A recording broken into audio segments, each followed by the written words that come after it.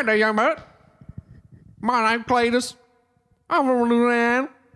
And what I told you is we're going to do some things. We're going to talk about some scary stuff, and we're going to go to the backwoods and drink some beer and have a little good time. And there's some spooky stuff that's coming up along the way. We're going to talk about conspiracies and all that kind of stuff. And then I'm going to go home and make me some gumbo and shoot some guns. This week we're talking about my son Damien. He's a dog child. Brew. Cue it. Dudes with Brews on a Porch presents to you another edition of Strange Brews, Conspiracies, Murder, Ghost Stories, Aliens. They're all coming to get you, my dears. Where did I? That was Cletus. Cletus Is from the deep south. was having a hard time. I didn't know when to say cue the intro because I didn't know if he was just chewing tobacco or talking. I think he was doing both. Probably. He does that sometimes, Cletus. I know him, again, one of my neighbors. I live in a unique neighborhood, you could say. Great neighborhood. You got Doug from Southern Illinois, who talks with the accent. Who was last week? Dolores or something like that? Dorothy? Yeah. Some lady. The Strange Brew continues. For the month of October, we are drinking this time around Damien from Surley Brewing Company in Minneapolis, Minnesota. It is a black Cascadian dark ale. From the blackest depths of the brew house comes Damien, child of darkness, spawned from the usually discarded remnants of darkness. Damien is a dry hop black ale, flavors of roasted malt and dark brown sugar, suffocated by aromas of tangerine and pine. It is 6.6 on the ABVs, NA and the IBUs, because IBUs are a thing of the past, I guess. I think I think they trend up and down. Yeah? Because, I don't know, we thought that they were a thing of the past and they came back for a bit. It's a mystery. That's the movement that there should be going on, is bring back the the IBUs. The IBUs. This beer kind of looks like a Pepsi. It's very dark. It's very dark. It doesn't smell like a Pepsi. It's got a very strong aroma. What aromas do you get, Robert? I honestly can't place them, but when I open the can, it's strong. It's pretty good. I get that little pine taste, pininess. It's got some bitterness to it. Mm-hmm. Yeah, not bad. But it does taste good, too. And it's got a cool can. It's creepy. Just like what we're about to talk about. Oh, my God. Not so much creepy, but unusual. Strange. Creepy if you were there, I guess. Yeah, pretty much. And once again, Robert, you have all the information.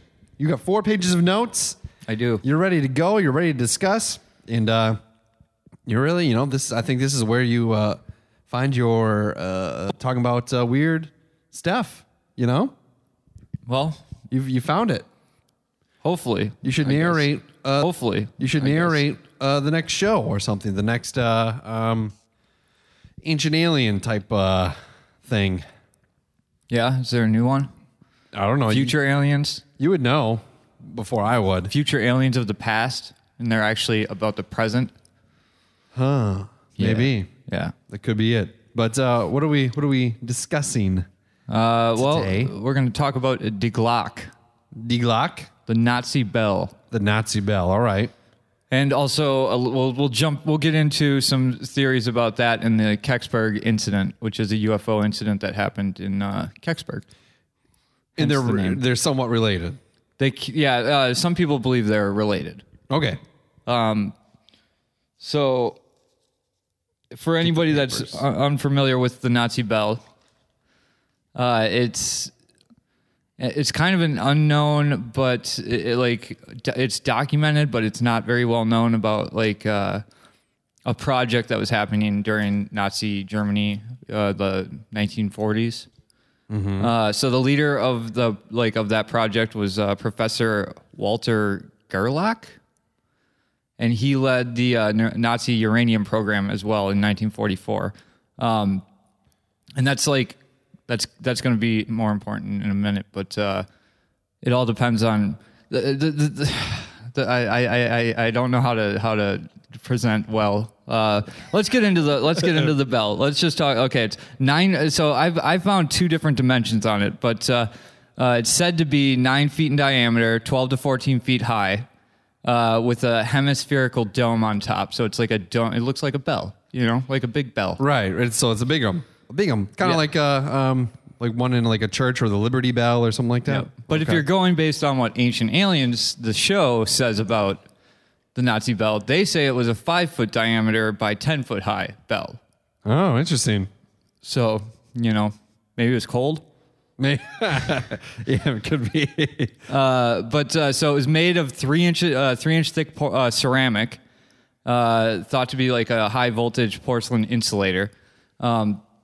And it's like this is like, and we'll get into why this is actually part of a strange brew in a second. I'm gonna go through first what the bell, based on the documents that they found in the aftermath, honestly as recently as the 90s, I believe, what they figure it actually is, because there's new information that has come out on this in even the 2000s. And it's most likely that this is the case, but then we will jump into why this is actually a mystery. So, based on the blueprints and the documents and people that worked on the project, Ralph Windrow is one of the people that wrote about this. It was a device that it took in like large amounts of electrical power, and basically it was used to I'm not a scientist, Drew. Okay. So if I'm get some of this stuff a little bit wrong, just go look it up. Not like last week, Rob. Yeah, you're supposed to come to these with 100% factual, actual information, and you're really diminishing our credibility. Yeah. Well, we've got a lot of that to diminish. So, it's thought that it was like through the act of adding mercury or heated mercury vapor into what was inside the bell, which I'll get into. It changed thorium-232 into protactinium-233 or uranium-233, and is thought to be part of Germany's atomic weapons project. Now that's if you want to follow this logically, that's what it makes sense that this thing was. It was it was made to create atomic weapons in a way that we probably weren't doing in the United States. The bell was made? Yeah, the bell was a device. It was It was right. It was a sphere inside of the bell. So it's porcelain ceramic on the outside.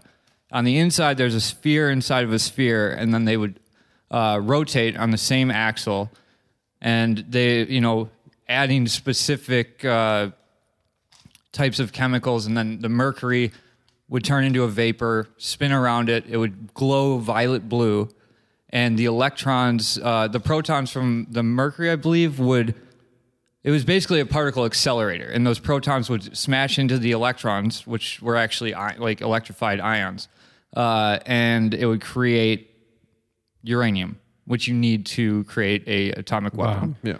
So that's the thing that's what they would want you to believe, mainstream scientists. The problem with that theory is that the bell disappeared.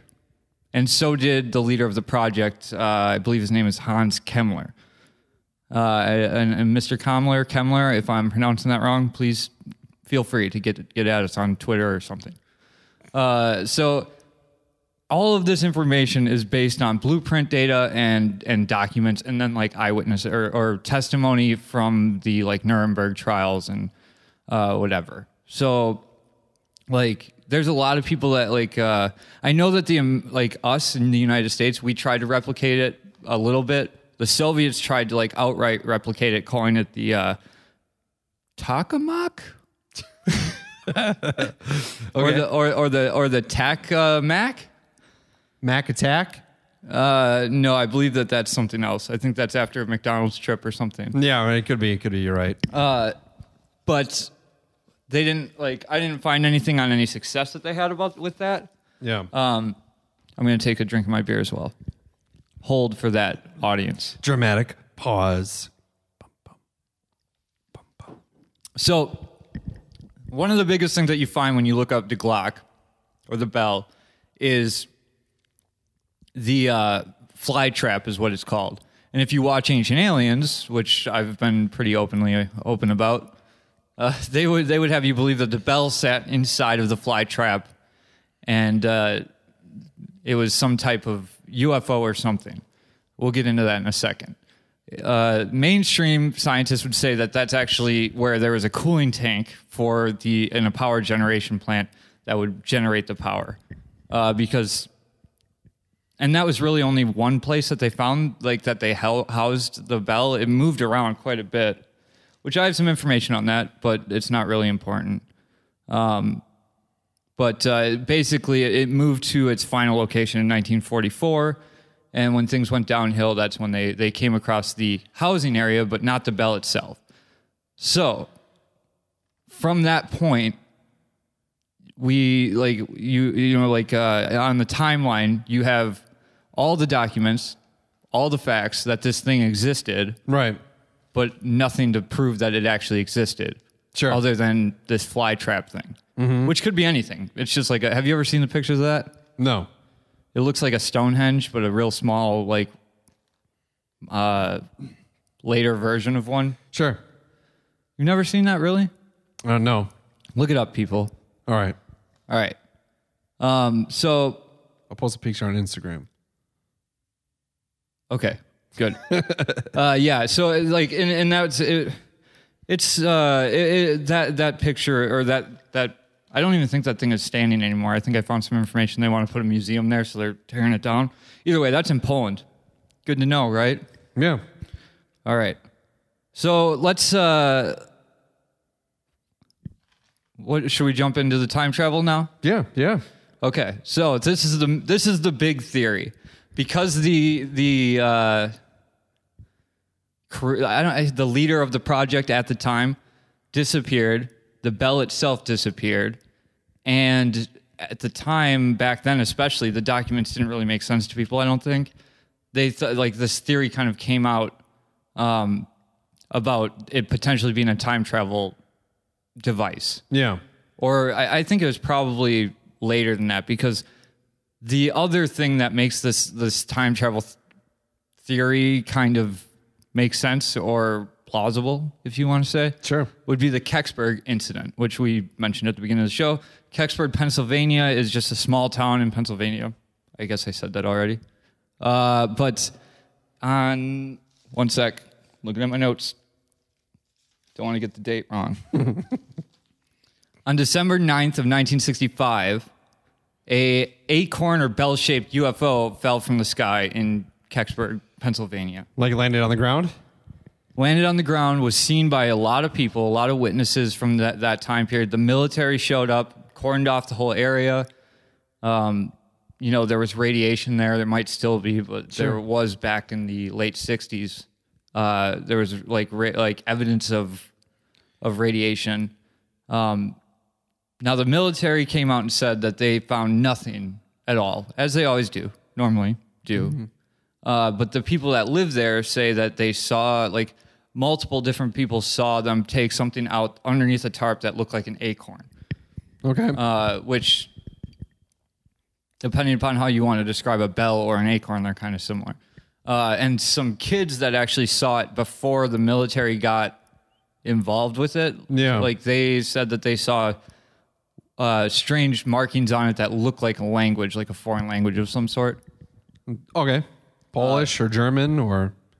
Well, that's where you get into whether, like, what do kids, they thought it was a UFO. Sure. This is after Roswell. Okay. So that's kind of brewing in their head. And Kecksburg is around an area where there's actually quite a few, like, phenomenon that happen, paranormal phenomenon.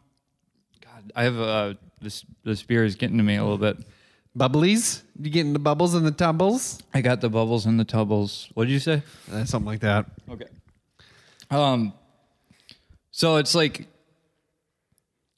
and I guess, like, that, this is where we want to kind of talk about so the idea is that a Nazi general jumped in the Bell, disappeared, somehow shot up into space, and then landed in Kecksburg, Pennsylvania in 1965, 20 years later. Yeah. There was no evidence of a person, though? Just the bell? Just the bell. Okay. And that's the thing is, the military is not going to come out and say, right, we found a person or whatever. They did. I did dig into Hans Kammler a little bit, or Kemmler. Once again, not a German guy. Don't know the pronunciation so well. Yeah. They arrested him in 1945, and then he escaped custody. Okay. So I don't know. I didn't find a solid date on when they actually uncovered where the bell came from. Like when they took back the area where they found the fly trap and the documentation of the bell. So it's hard for me to pin down whether or not they think he was in custody, escaped custody, got to the bell, and then took off. Traveled. Yeah. I mean, with time travel, you could just, you kind of set it for the date and then you just fall out of the sky somewhere. Why are you in the sky? This is the question I've always had about this. How do you end up in the sky? I don't know. Well, I mean, I don't know. I don't know how time travel works, Rob. Maybe the location, I don't know. He was held at the same altitude, and it's a lower altitude in Kecksburg, and he dropped from the sky. Well, I thought about this actually. Is if you're only traveling through time, and this is something that I'm not. Once again, I'm not a scientist, so I've never been able to. But you know all about quantum mechanics. Yeah, but I don't. I wish there was a site that you could type in a day and a time, and it would tell you where the planet was. Oh, sure. And then you could type in another day and a time and find out where the planet was on that date and time. Because the odds, if he traveled forward in time 20 years, it's possible that's where he was. If the planet was in the same spot but on a different rotation in the day, then he could have, with bad luck, ended up in the middle of the Pacific Ocean. Right. But he happened to end up in the United States, the greatest country in the world. Yeah. So I mean, he traveled across the world. Yeah. Interesting. But it's so for him, was it a second? Was it? Yeah. I don't know. What do you think? I mean, I don't really know much about time travel. I think it might be possible. Do you believe Einstein? What did he say? He said it's possible. Yeah. I mean, he made the atomic bomb. Did he not? Well, Robert Oppenheimer. But he helped with it, didn't he? I think based on his formulas and stuff. Yeah. Yeah. So I mean, there's a whole team. I guess I shouldn't throw that on Robert Oppenheimer's shoulders. Is with time travel, is it? I just so that would mean there's infinite timelines happening all the time. Absolutely. So the parallel, in a sense, a parallel universe. Well, and that's the thing. So I guess what's crazy to me about the idea of moving forward in time is, what are the odds of him ending up in the same timeline that we're in? If there's infinite timelines, which if there's time travel, there kind of have to be. Yeah. Did him moving forward in time back in 1945 create the timeline that he landed in 1965? Maybe. Or so we would be a part of that then. And that's why we're talking about it. Otherwise, if the bell just showed up in Kecksburg in some other timeline, we would be in the timeline that he disappeared in. Yeah. And he would be in the timeline so there's one timeline where a bell disappeared and one timeline where a bell appeared out of nowhere. Interesting. But I don't get it so much either. Well, but there's evidence with that. We're in both timelines. We're in the one where it disappeared and reappeared. Because we have that information. Somehow it was a linear jump. Interesting. But one of the big things about the Kecksburg incident, because the thing about the Kecksburg incident is I could have gone down the rabbit hole of finding witness statements and all that, the things that, and quoted it all, which I wasn't going to do. Yeah. Sorry, guys. Go watch Ancient Aliens episode something. I don't know the episode. So or Ancient Aliens? just look like, because I think ancient alien theorists are kind of the ones that maybe put this theory on the map. Whether or not they created it, I don't know, but I know that they're the ones that kind of pointed it out to me for sure. But then when I looked into the bell itself, like, which if you want to find the information I found, it's google.com/Nazi bell uncovered site / something, whatever. Sure. But basically, it's Nazi Bell Uncovered is the article that I read. Now that gets real deep into what the blueprints would state and what people that worked on the project wrote in like their autobiographies about converting thorium-232 into uranium and how they did that and what they added based on the blueprints. So was this like kind of like a Trojan horse effect where these people see like this bell and they're like, oh, what is this? And all of a sudden, boom, blows up. I think that the reason that this gained so much traction is because of Kecksburg. Yeah. Had Kecksburg not happened, it would just be a Nazi project that they never found the evidence, the physical evidence of. Sure. And it would have been left at that. The mystery of what happened to could have blown up for all, it's like it's an particle Atomic accelerator. Bomb. If it gets a crack in it and they use it, the thing's gonna pulverize. Right. But because of Kecksburg, like, it created this whole mythology of the Nazis created time travel. How would they have gotten the information to create a time travel device? Must have come from aliens. If especially if the ancient alien theorists came up with this theory to begin with. Yeah. Which it kind of pisses me off when they go down that road of like, oh, how did they know how to do this? Must have been aliens. There's no other explanation. And it's like, maybe they were smart people. Maybe their brains are large. I don't, maybe they didn't have TV to suck them in for 20 hours a day. Or social media. Yeah, maybe they just had to sit down and think about things. Because even right now, I don't get how a mathematician comes up with some crazy mathematical formula. Pi. How did somebody think of pi? Yeah. I think they discovered pi. Yeah. Because that has to do with, that's an actual set statistic. But when you think of like E = MC squared, which is relatively, it's not actually a simple formula, but it is on paper. But there's formulas that are literally like pages long. And somebody had pi? I mean, when you get into quantum physics and there we go.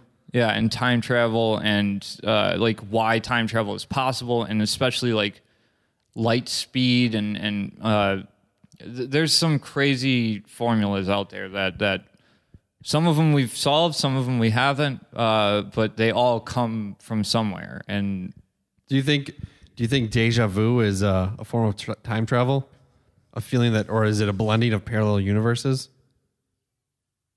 I would think that it could be a blending of parallel universes, like a hiccup where in the space-time continuum. Yeah, even if there's infinite timelines, then that means that on multiple timelines at any given time, the same thing is happening. Right. The outcomes of the same thing happening are different. Right. I mean, even if technically, if there's infinite timelines, there is a timeline where every time I breathe in the other timeline, I'm breathing out, but everything else is the same.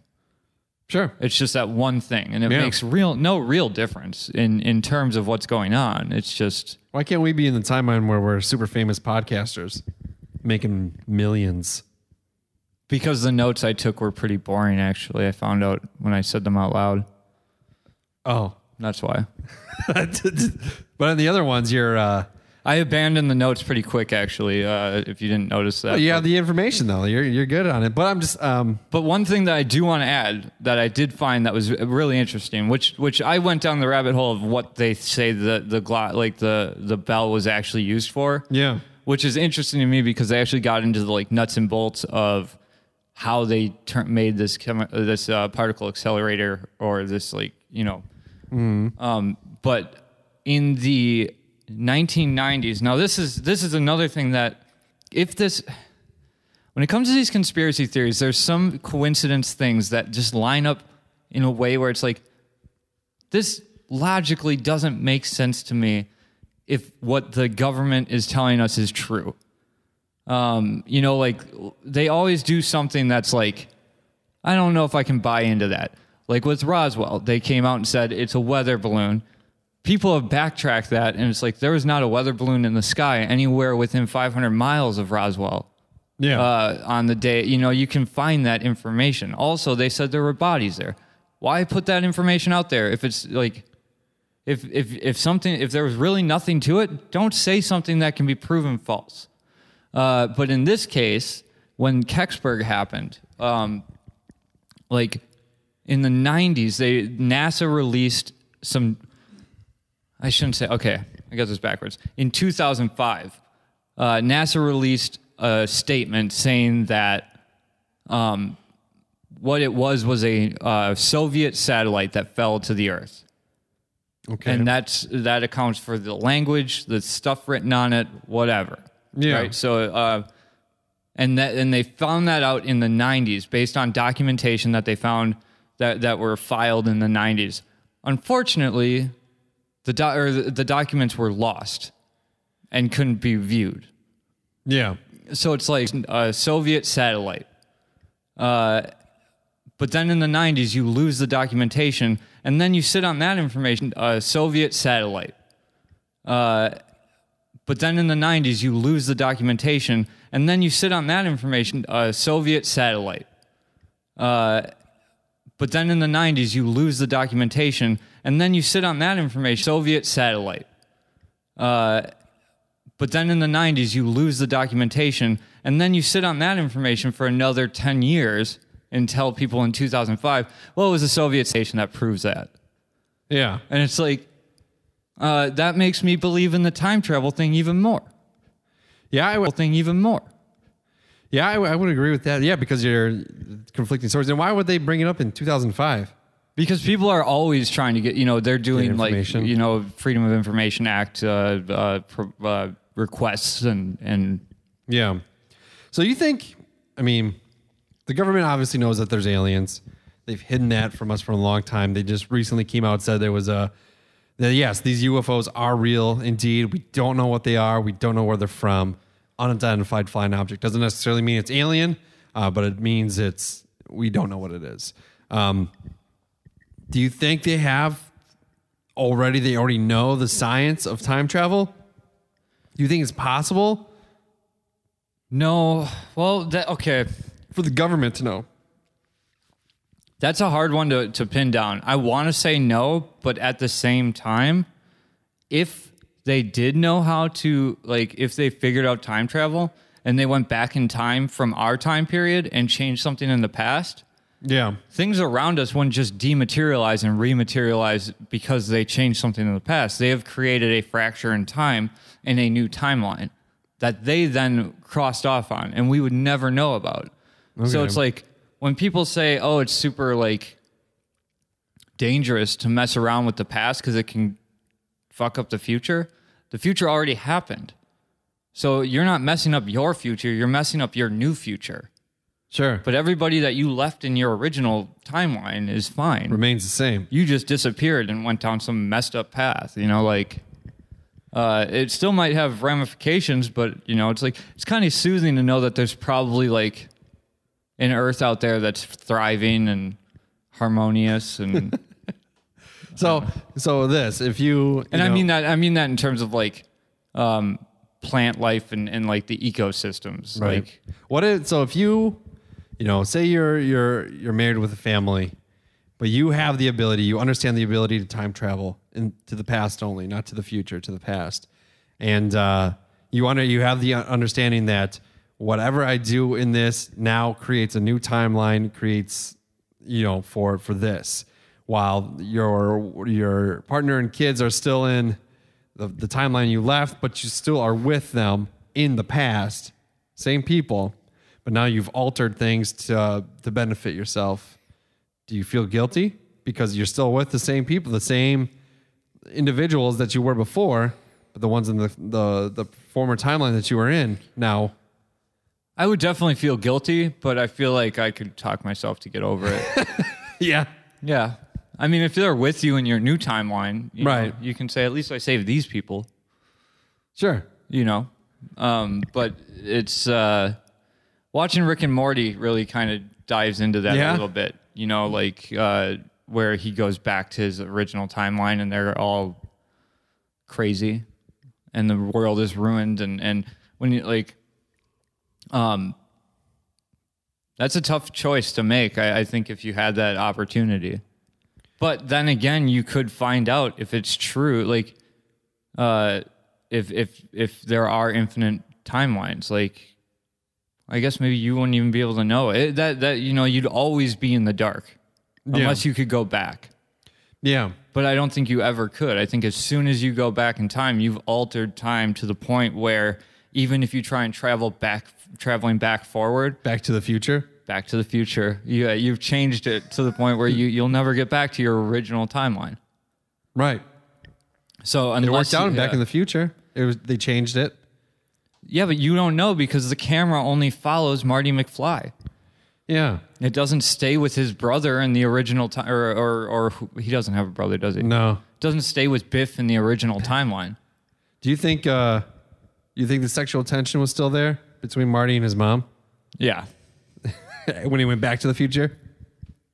I think some awkwardness on his part, probably. That's the thing that's one of the biggest mistakes of Back to the Future is like, It's I gross. feel like that was a pretty big moment in her life. Yeah. That later on in life, when her kid just happens to grow up to look just like the guy that punched Biff out before she got raped, like... Well, he didn't. Marty didn't. His dad did. His dad punched Biff. Oh, yeah, that's right. She was trying to... I'm gonna kick your ass, Biff. This guy looks like the guy that she was trying to whatever before Biff came and tried to whatever her. Yeah. You know, I feel like that night was probably pretty memorable to her. It's all just blacked out. Yeah, and at some point she would be like, this guy Calvin Klein... Oh, that's right. That's what they call him. Calvin Klein. Looked just like my kid at 20, you know, like, yeah, that's a hard one to get over. And then I think the fact that like the actress that played the mom in the first movie ends up playing the girlfriend or something in the second movie, that was also a big mistake. Is that accurate? It's something very close to that. I know the dude that played the dad in the first one. He's not in the second one, but what they did was pretty much at like one point in time, he had to get like a mask of his face made for the movie, the first one. And they just used that mask and put it on another actor. So they stole his face, his likeness, put it on another actor to make it look like him. Why didn't he do the second movie? I don't really know. I forget what his name is. Yeah. Sounds like it was a good choice for his career. He's a weird guy. He did an episode of Armchair Expert, if you're interested. Oh, no. Or is it Inside of You with Michael Rosenbaum? It's weird. He's a weird guy, but he sued them for that. Oh, yeah, he should have. Yeah. And he doesn't really like Although, granted, if he turned the role down, did they offer him the role? I don't know that they did. I don't know that they did. Or there's something happened. There was a falling out of sorts. I don't remember, but yeah, he sued them because they stole his they stole his image, you know, they stole his all that, and yeah. He really hits that hard in that podcast episode. Really hits it hard. That's where so there's a question when it comes to time travel. If I could talk to him about time travel and that specific incident, considering the only thing you're probably known for is Back to the Future 1. He's not. He's known for other stuff. I don't know anybody that knows him for other stuff. He was in Willard. Great. You've never seen that movie? No. What is Willard? It's like the dude who like hoards mice or rats in his basement, and he like teaches them how to kill. Shit like that. Oh. No? You never seen that? Nope. Oh, anyways. But yeah, I feel like I did see him in something else, but it's like he's known for Back to the Future. And if he's still talking about the lawsuit 30 to 40 years Write later. a book about it. Yeah. Okay. So to me, it's like, if you ask that guy, like, would you go back and maybe just let it go and continue on with your career and then not be living in that moment of identity theft for the next 40 years? Would you take that out? Crispin Glover is his name. Weird dude. Watch him on Letterman. He almost karate kicks Letterman in the face. I will check that out. He's a weird dude. Weird fucking guy. But anyways, that's not the point of this. I don't know what the point of this is anymore. Time travel.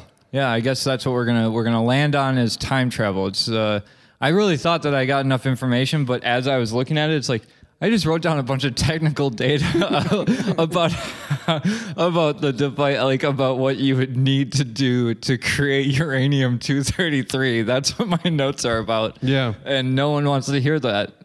And if I said that on the podcast, we might be investigated by the federal government. So he's also in Hot Tub Time Machine. He's the guy with the one arm. That might be where I remember him from. He's in a new horror movie coming out called Smiley Face Killers. That's coming out on December 8th. Sounds like it could be good. Yeah, I think so. I just watched Slender Man, the horror movie, the other day. Have we talked about Slender Man on here? I thought maybe you did an episode on Slender Man before I was part of the show. I don't know if it was all on Slender Man. I think it was like on Wisconsin stuff. Okay. Because that happened. The Slender Man was a creepypasta thing. It came up on creepypasta and just was like kind of a lore type of thing.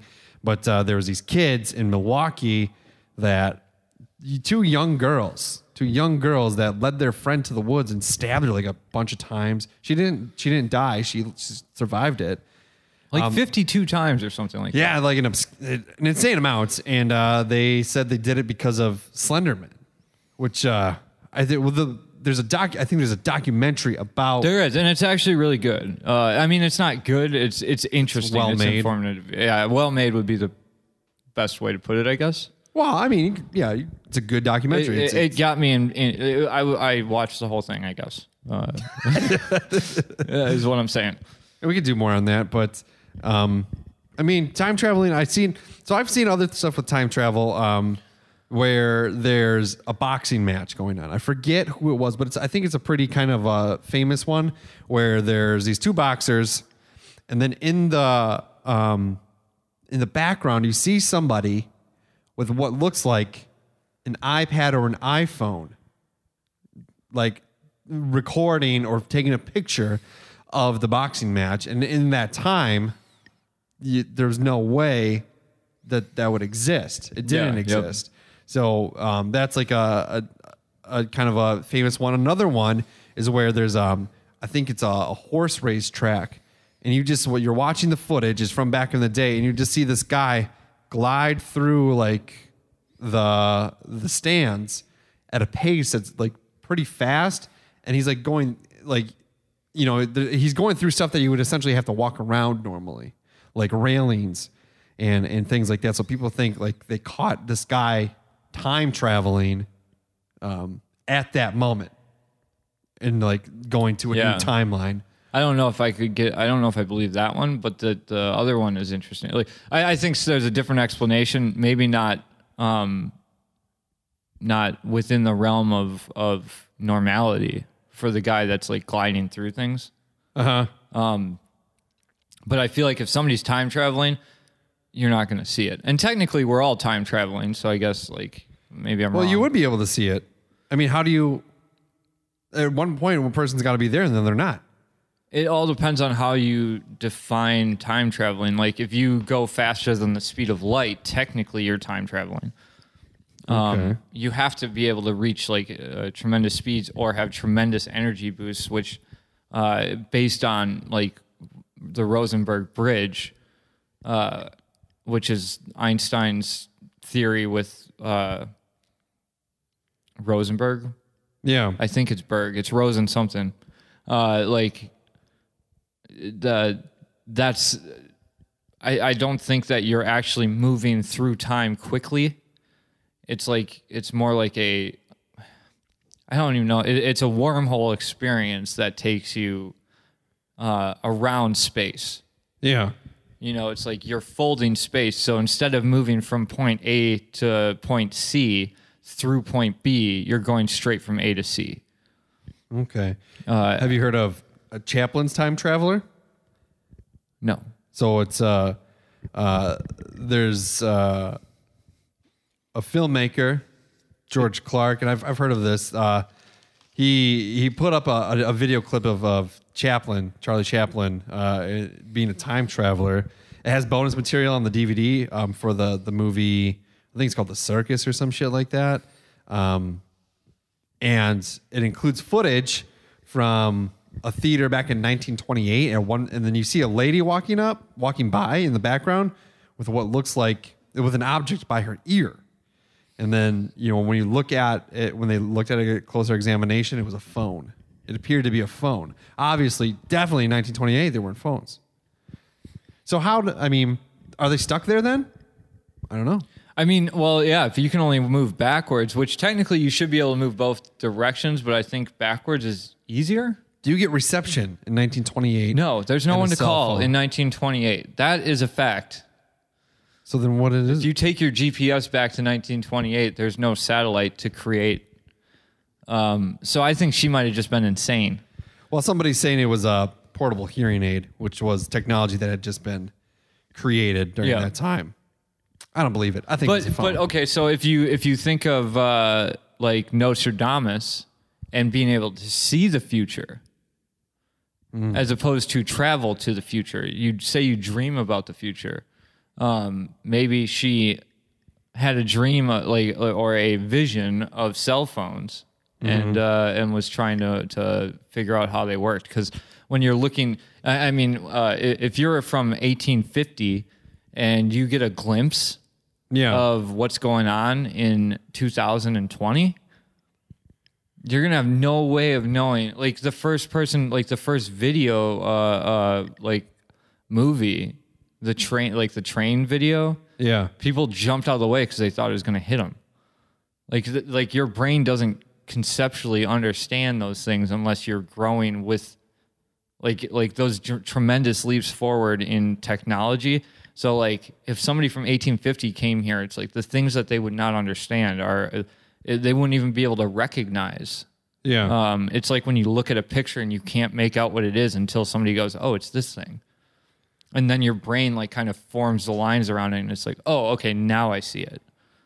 You can't like it. It's and that's the thing that like moving forward in life, I guess, like or in humanity, I think that we've come to a point where nothing is unbelievable anymore.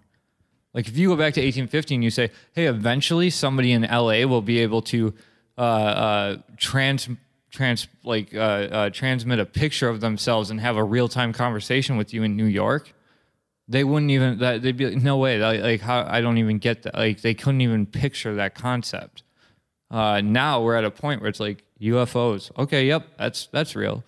Something that like light speed travel, yeah, probably. I'll buy that someday. Like there is nothing that's like unbelievable because somebody ran the 4-minute mile. Really? Yeah, well, that was a big deal back in the 60s or something. That's pretty fast. Yeah. I wish I could do a 4-minute mile. And maybe, and honestly, what you're talking about with the cell phone, do you know the controversy behind the ice cream cone? This is a little off topic, but there's like a whole thing about ice cream cones. Really? Yeah, like so like the urban legend of how ice cream cones were made. Yeah, is that at the World's Fair? I forget if it was Chicago or Paris. Do they still do that? I don't think so, but they definitely should.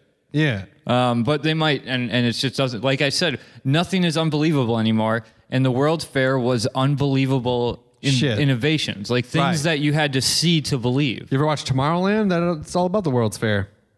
Yeah, I have not. You're basing a movie off a ride at Disney World. It just doesn't seem to work. It was all right. Probably why I didn't watch it. Yeah. There's some guy in it. George Clooney. He's in it. The Clune.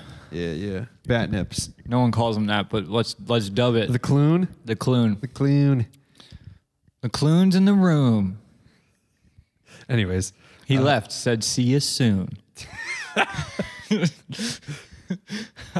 it's lunchtime, right about noon. You ever seen Dune? When I get home, I'm going to get some poon. Then I'll look at the moon. Bliss. Is that it? Are we out? I think so. Well, you were saying something before. Oh, okay. I rudely Yeah. interrupted Let's you. get back to the ice cream cone because this is interesting to me. So in the World's Fair, and I think it was Chicago, which was what, 1928, Sure. 1922, I don't know. 1980. I don't know. I don't remember. But either way, the urban legend is that there was an ice cream vendor who ran out of clean, like they used to serve nickel, like or like these little penny cups or nickel cups, like glass shot glasses that were filled with ice sure. cream. And then there were like dishes, but it was expensive and nobody had that much money, so like a penny was a lot. But next to them was a guy selling waffles. And all right. Yeah, one of them ran out of, like, the ice cream vendor ran out of dishes for their ice cream.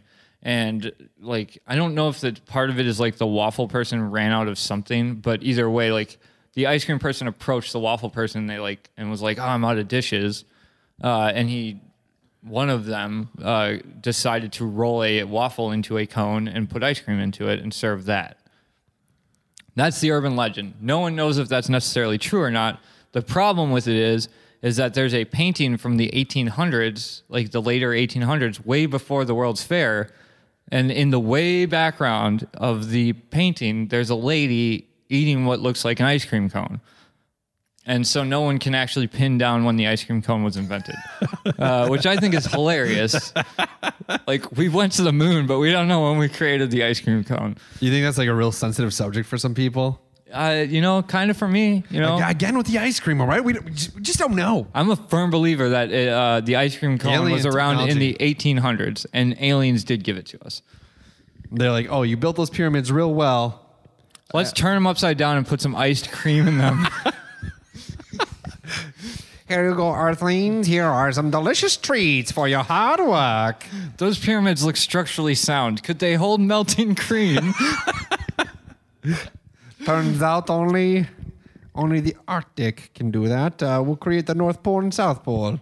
The saddest part is aliens don't have tongues, so they never got to experience the sweet do you know treat that? of ice cream. How do you know that? I don't know. I'm starting that rumor now. They don't have tongues. Yeah, no tongues on an alien. They just make like guttural noises. Yeah, they've got vibrating jowls. All right. Yeah. Holy shit. Do you have an ice maker in your fridge? Fuck was that? That was weird. Oh God. It sounded like an ice cream maker in your fridge, but I know that it doesn't have one. And not an ice cream maker, an ice maker. Got ice cream on the brain. I think the government's listening. I think aliens are listening. You know, last time we talked about how they're going to be coming soon, and we're going to go to battle, creator versus creation, and they don't like what we're saying. So with that, we drank Damien, the child of darkness. We didn't drink him, No. but we drank a beer called that. That would be weird. Yeah, we drank a beer that's as dark as his soul. That's right. That's right. From Surley Brewing Company, great brewery in Minneapolis. I'd like to visit there sometime. That'd be pretty cool. Rob, what do you think? I'm about halfway through mine. It was like a little sipping. I didn't sip that much. For all the talking that you did, I didn't really drink that much. Yeah. It's fine. It's good. I feel like anybody that made it this far in the episode, it picked up at the end when you started talking. But when it was just me, It's not true. I beg to differ. I could feel myself being boring with those facts. I was like, this is the wrong stuff to bring to the table, I think, for this conversation. A good conversation nonetheless. Drink it or dump it. In a different timeline, this was a great show. And even I thought so. What if we're in the timeline where this is the best version of this podcast? Shit. I drank it. Yeah, me too. All right. More stuff to come. Hopefully a spooky interview coming up soon. Yeah, I really hope that happens. I'll talk to him again and see how it goes. Yeah. Hit us up on Twitter at Dudes on a Porch. Shit. We're supposed to do an ad. Fuck. Okay. So if you've made it this far, congratulations. Just so you know, we're eventually going to be moving our merch store from TeePublic to this website called tookieanddoda.com. TOOKIEANDDODA.com. They make custom graphic tees. There's a lot of cool stuff on there. A lot of stuff geared towards ladies, towards fellas. Once they get our graphics, they're going to be making Dudes with Brew shirts. They're going to be making Seltzer Saturday shirts. They're going to be making Me Runzy shirts, as well as the Strange Brew shirts. And you can get stuff for whenever you want. And use promo code Dudes with Brews 10. Dudes with Brews 10 at checkout. Get 10% off your first order. And so check it out. TookieandDoda.com. Promo code Dudes with Brews 10. And we'll put in the show notes the link and stuff. Hit it up. Awesome. Yep. Okay. Toodles. Pew pew audio. Goodbye, everyone.